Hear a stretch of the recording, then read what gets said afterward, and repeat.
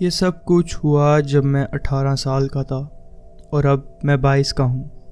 میں پاکستان میں رہتا ہوں اور یہ اس وقت کی بات ہے جب میرے لاسٹ ایئر چل رہا تھا اور کووڈ نیا شروع ہوا تھا۔ دھیرے دھیرے سب کچھ بند ہو رہا تھا اور میری یونیورسٹی بھی بند ہو گئی۔ چاہے سب کو گھر پر رہنا چاہیے تھا، لیکن میرے فرینڈز اور میں تو اس وقت اور زیادہ باہر نکلنے لگ گئے تھے۔ کرنے کو زیادہ تر کچھ نہیں تھا کیونکہ ساری نان ایسینشیل جگہ بند ہو گئی تھی، لیکن ایک چیز ہے جو مجھے بہت پسند ہے، وہ ہے اربن ایکسپلورنگ یا پرانی اور ہانٹڈ جگہوں کو ایکسپلور کرنا۔ آج تک میں ایسے پلیسز ایکسپلور کرتا ہوں، میں اتنا آسانی سے نہیں ڈرتا، اور اسے پہلے بھی کچھ عجیب ایکسپیرینسز ہو چکے ہیں، جیسے کچھ سمجھ سے باہر لوگ یا کبھی کبھی دھمکی ملنے جیسی چیزیں۔ لیکن جو کچھ میں نے اس رات دیکھا وہ سب کچھ اور باقی سے الگ تھا۔ اسی وقت کے دوران میں ایک لڑکی سے بات کر رہا تھا جو میری کلاس میں تھی۔ اس کا نام آمنہ تھا۔ اگر وہ اس رات میرے ساتھ نہیں ہوتی، اس نے میری بات کو کنفرم نہیں کیا ہوتا، تو شاید میرے دوستوں نے مجھ پر کبھی یقین نہیں کرنا تھا۔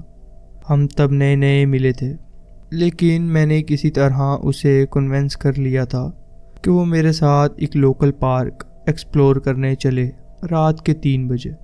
یہاں کافی بڑے پارکس ہیں جو دن میں سیف اور خوبصورت لگتے ہیں، لیکن رات کو وہ کافی ڈارک اور خطرناک بن جاتے ہیں۔ ہم اس پارک میں رات کے 3 بجے پہنچے۔ ہر طرف اندھیرا تھا اور صرف رات کا سکون، لیکن اس سکون میں بھی کچھ عجیب سی خاموشی تھی۔ مجھے اپنی فلیش لائٹ آن کرنا پسند نہیں کیونکہ پھر آنکھیں اندھیرے میں ایڈجسٹ نہیں ہوتی، اور ایسی بھی میں نہیں چاہتا تھا کہ کوئی دور سے میری روشنی دیکھ لے، تو ہم بنا لائٹ کے یہ ایکسپلور کر رہے تھے۔ ہم لگ بھگ 15 سے 20 منٹ ٹرائل پر چل رہے تھے۔ مجھے یہ آئیڈیا تھا کہ ایک سائڈ ٹرائل لے کر ہم اپنی گاڑی تک آسانی سے پہنچ سکتے ہیں بنا واپس اسی راستے سے لوٹنے کے۔ آمنہ بھی اس آئیڈیا سے ایگری ہو گئی اور ہم اس ٹرائل پر چلنے لگے۔ ہم بس 2 منٹ چلے ہوں گے کہ اچانک کہیں سے بانسری کی آواز سنائی دینے لگی۔ آمنہ اور میں رک گئے اور ایک دوسرے کی طرف دیکھنے لگے۔ جو بھی اس بانسری کو بجا رہا تھا، اس کی آواز میں ایک عجیب سا میلوڈی تھی، لیکن وہ میلوڈی کے باوجود زیادہ کریپی لگ رہا تھا۔ مجھے تو اس طرح کے موومنٹس میں بھی کیوریوسٹی ہوتی ہے، لیکن آمنہ تو ڈر کے مارے کانپنے لگی اور اس کے آنسو بھی نکلنے والے تھے۔ آمنہ نے اچانک اللہ سے دعا کرنا شروع کر دیا کہ وہ اس کے گناہوں کو معاف کر دے اور اس مشکل سے بچا لے۔ تب مجھے ریئلائز ہوا کہ سچویشن کتنی سیریس ہو گئی ہے۔ ہم یہ سمجھ نہیں پا رہے تھے کہ یہ آواز کس طرف سے آ رہی ہے، لیکن وہ بانسری کی آواز دھیرے دھیرے ہمارے قریب آ رہی تھی۔ آمنہ کا ڈر دیکھ کر میں نے اسے کہا کہ چلو بھاگ لیتے ہیں اور وہاں سے نکلتے ہیں۔ ہم نے بھاگنا شروع کیا اور شاید اسی وقت بانسری کی آواز رک گئی، لیکن ہمارا دھیان صرف بھاگ کے وہاں سے نکلنے پر تھا۔ بس ہم 30 فٹ دور بھاگے ہوں گے کہ اچانک بشز میں کچھ ہلنے کی آواز آئی اور کچھ بڑا سا ہمارے سامنے سے ٹرائل کے اس پار دوڑا۔ شاید وہ کوئی جانور ہو سکتا تھا، لیکن اتنا بڑا کہ اس کی وجود کا احساس ہو رہا تھا۔ یہ سب کچھ اتنا تیز ہوا کہ ہم صرف اس کو کچھ ہی ٹائم دیکھ سکے اور پھر وہ غائب ہو گیا۔ اسی وقت ہم نے پیچھے مڑ کر واپس بھاگنا شروع کر دیا اور ہم واپس وہیں پہنچ گئے جہاں سے بانسری کی آواز سنائی دی تھی۔ جیسے ہی ہم وہاں پہنچے، بانسری کی آواز پھر سے شروع ہو گئی اور اس بار وہ ہمارے بہت نزدیک لگ رہی تھی۔ بانسری کی یہ کریپی آواز اب ہمیں سراؤنڈ کر رہی تھی۔ اب ہمارے پاس 2 راستے تھے، یا تو واپس اسی ٹرائل پر چلے جائیں جہاں ہم نے وہ بڑا سا سایہ دیکھا، یا پھر اس ٹرائل پر چلیں جہاں باؤنسری اور اسے بجانے والا شخص شاید ہو۔ میں نے آمنہ کو کہا کہ چلو ٹرائل پر بھاگتے ہیں، اور ہم اس راستے پر بھاگنے لگے۔ ہم نے کسی طرح اپنے ٹریک تک پہنچنے کا راستہ طے کر لیا، اور اس وقت باؤنسری کی آواز بھی رک گئی تھی۔ کار میں بیٹھے اور سیدھا وہاں سے نکل آئے۔ اگلے دن میں نے اپنے دوستوں کو سب بتایا اور انٹرنیٹ پر یہ پتہ کرنے کی کوشش کی کہ کوئی اور بھی ایسی ایکسپیرینسز سے گزرا ہے یا نہیں، لیکن باؤنسری بجنے کی ایسا کریپی ایکسپیرینس کسی اور کے ساتھ نہیں سنا تھا۔ مجھے آج بھی نہیں پتا کہ اس رات وہ باؤنسری کون بجا رہا تھا، یا پھر وہ کیا تھا جو ہمارے سامنے سے گزرا۔ آج بھی سوچ کر رونگٹے کھڑے ہو جاتے ہیں، اور لگتا ہے کہ وہ کوئی پیرانورمل ایکسپیرینس تھا۔ شاید یہ انسان کا کام تھا یا کوئی اور، لیکن اس کے بعد میں نے کبھی واپس اس جنگل میں رات کو جانے کا سوچا بھی نہیں۔ میں اپنے بوائے فرینڈ کے ساتھ رہتی ہوں، اور یہ گھر اسی کا ہے۔ ایک چھوٹا سا گھر ہے، پر ایک اچھی نیبرہڈ میں ہے۔ یہاں پہ وائلنٹ کرائم بہت کم ہوتا ہے۔ گھر چھوٹا ہے کمپیئر ٹو باقی کے، پر جس علاقے میں ہے وہ علاقہ بہت ڈیزائریبل، کیونکہ اس سے ہمیں ایک اچھی ٹاؤن میں رہنے کا موقع ملتا ہے بنا ملٹی ملینر ڈالر کا گھر خریدنے کے۔ یہ ایک سنگل فلور 3 بیڈ روم اور 2 باتھ روم والا گھر ہے، اور ایک بیسمنٹ بھی ہے۔ ہماری اسٹریٹ بہت ہی کوائٹ اور پرائیویٹ ہے، اور اسٹریٹ کے کرو کی وجہ سے ہمارا گھر کے سامنے کوئی اور گھر سیدھا نہیں ہے۔ اسٹریٹ پہ ٹوٹل 8 گھر ہیں، اور تھوڑا دور ایک چھوٹا سا جنگل بھی ہے۔ میرا بوائے فرینڈ علی اس ویکینڈ بیچلر پارٹی کے لیے گیا ہوا تھا، اور میں تھرسڈے سے منڈے تک اکیلی تھی۔ فرائیڈے کو کام کے بعد میں نے اپنی کچھ دوستوں کو گھر بلایا تھا وائن نائٹ کے لیے۔ ہم لوگ لیونگ روم میں اسکیری موویز دیکھ رہے تھے کہ اچانک سے ڈور بیل بجی۔ ہم سب ایک دم چپ ہو گئے اور ایک دوسرے کو عجیب سی نظر سے دیکھے۔ ڈور بیل رات کو اتنی دیر سے، اور وہ بھی اسکیری مووی کے بیچ میں سننا کچھ عجیب سا لگا۔ میں چپکے سے دیکھنے گئی کہ کون ہے باہر، پر ونڈو سے مجھے کوئی دکھائی نہیں دیا۔ دروازے کے اوپر ایک چھوٹا سا گلاس پینل ہے، اور اس میں سے جھانک کے دیکھا پر کوئی دکھائی نہیں دیا۔ ڈرائیو وے میں 4 کارز کھڑی تھی، تو ان کو تو پتہ ہی تھا کہ لوگ گھر میں ہیں، لیکن پھر بھی کوئی دکھائی نہیں دیا۔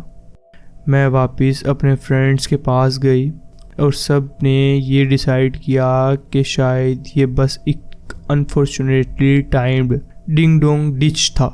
سب کے چلے جانے کے بعد اتنا لیٹ ہو گیا تھا کہ میں سو گئی، لیکن رات کو 1 گھنٹے بعد ڈور بیل پھر سے بجی 2 بار۔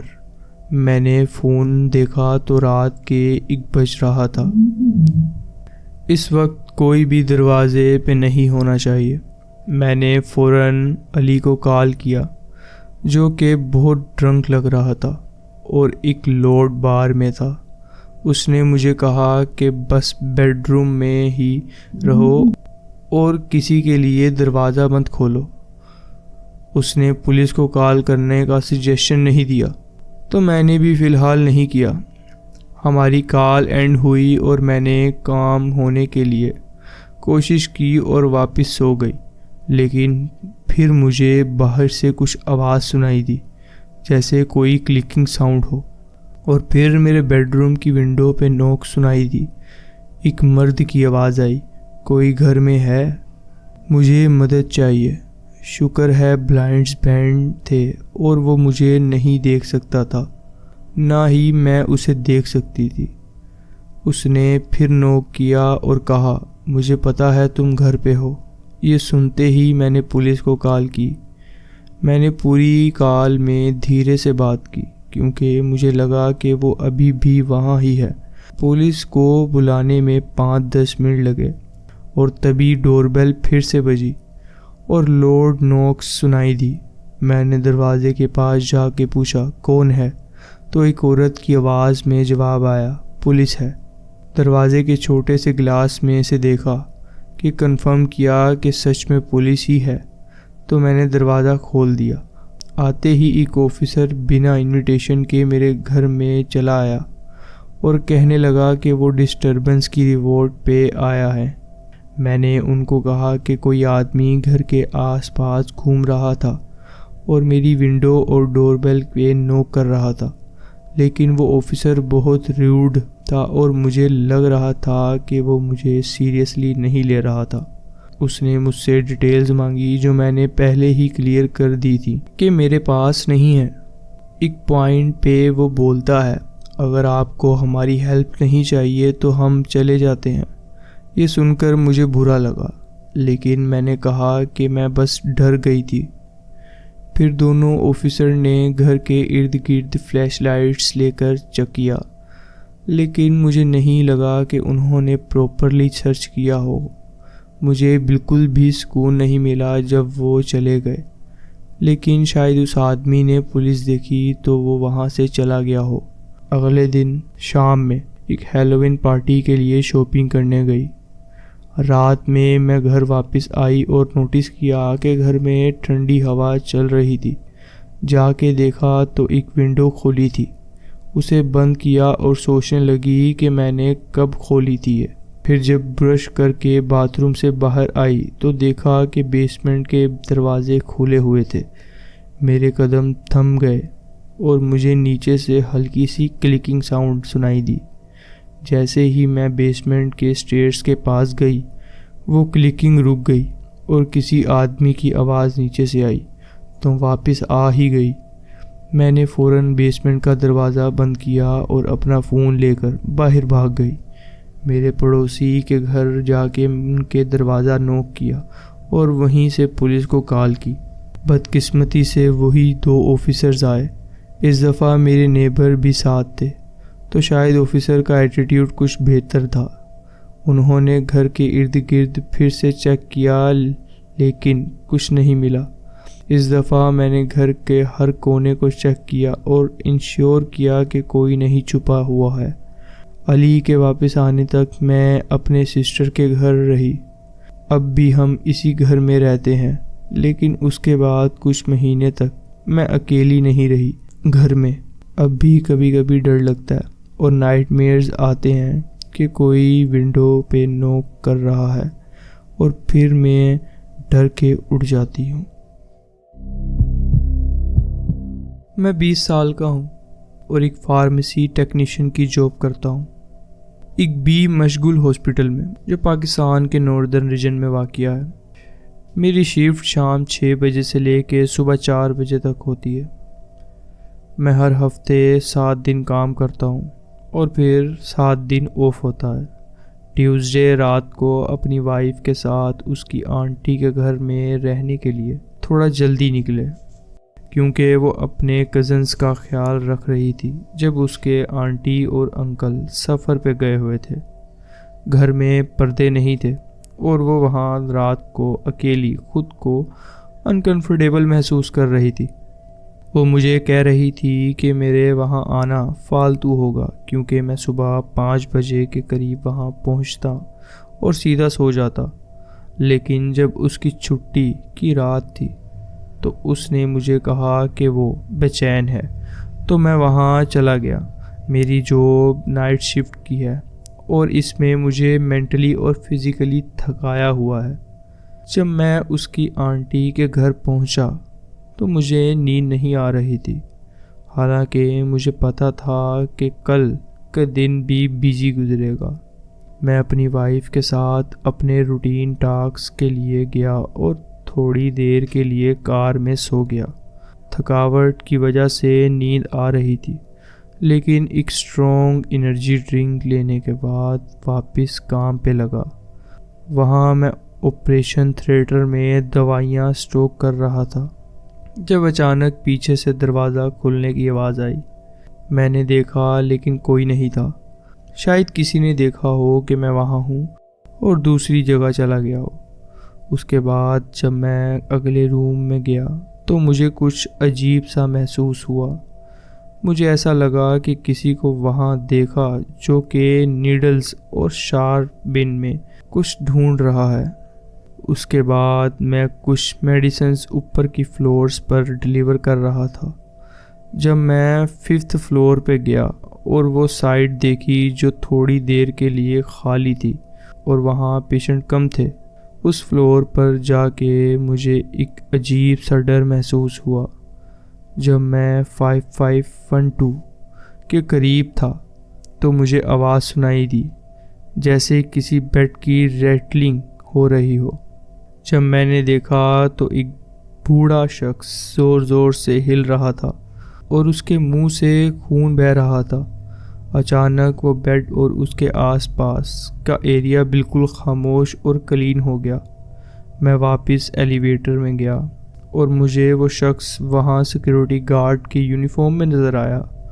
اس نے میرے کاندھے پر ہاتھ رکھا اور مسکراتے ہوئے مجھے دیکھتا رہا اور میں دیکھتا رہا کہ وہ 5th فلور پہ ایلیویٹر سے اتر گیا۔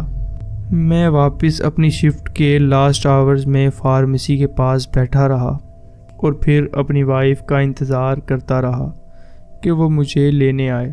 جب میں وہاں سے نکل رہا تھا اور 5th فلور کے ونڈو پہ دیکھا تو واپس وہی شخص مجھے دیکھتے ہوئے نظر آیا۔ یہ سب چیزیں مجھے آج بھی یاد ہیں اور ابھی تک سمجھ نہیں آتا کہ یہ میری امیجینیشن تھا یا سچ میں کچھ پیرانورمل تھا۔